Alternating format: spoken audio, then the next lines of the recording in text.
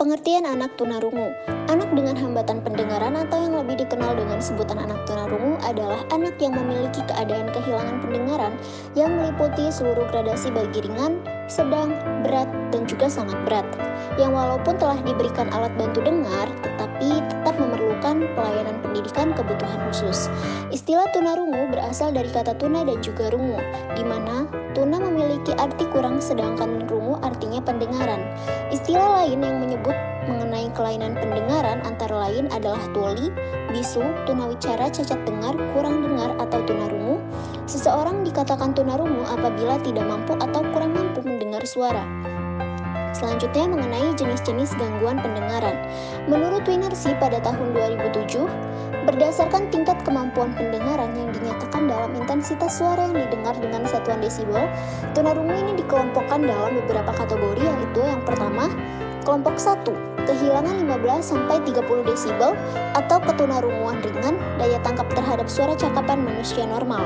Selanjutnya yang kedua, kelompok 2, kehilangan 31-60 desibel atau ketunarunguan sedang, daya tangkap terhadap suara cakapan manusia hanya sebagian.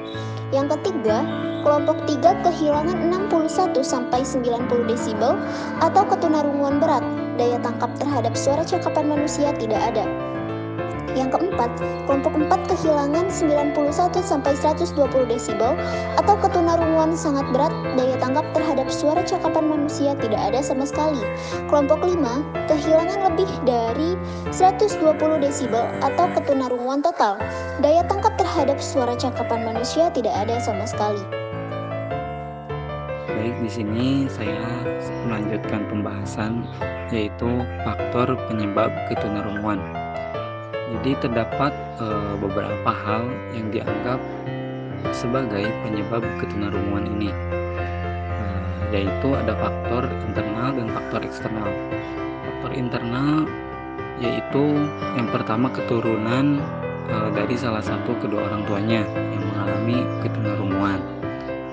Yang kedua, ibu yang sedang mengandung menderita penyakit campak Jerman atau rubella. Nah, penyakit rubella pada masa kandungan 3 bulan pertama akan berpengaruh buruk terhadap janin. Yang ketiga, ibu yang sedang mengandung menderita keracunan darah toksaminia. Nah, hal ini bisa menyebabkan kerusakan pada plasenta yang berpengaruh terhadap pertumbuhan janin.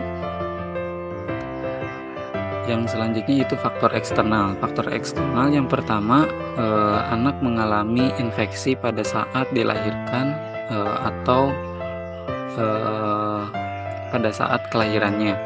Yang kedua, meningitis atau radang selaput otak.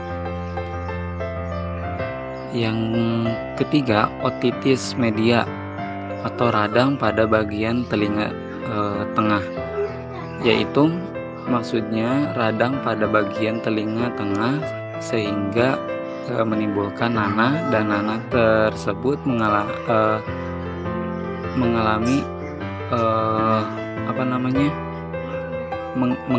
mengalami pengerasan sehingga mengganggu hantaran bunyi.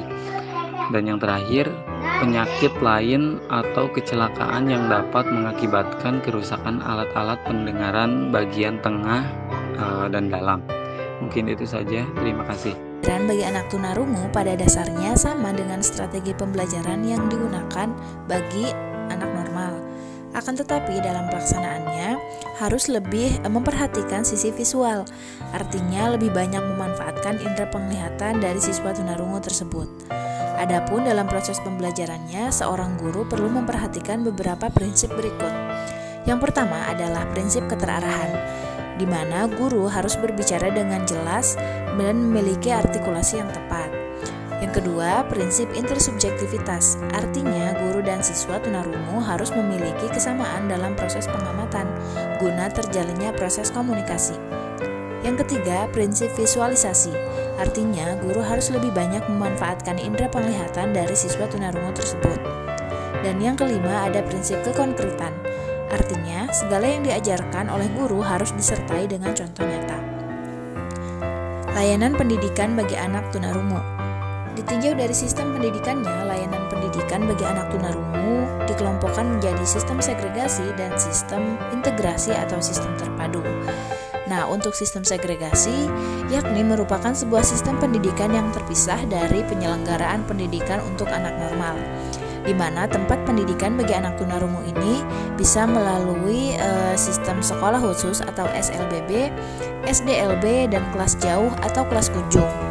Dan untuk sistem pendidikan integrasi atau terpadu, yaitu merupakan sebuah sistem pendidikan yang memberikan kesempatan kepada anak tunarungu untuk belajar bersama anak normal di sekolah umum.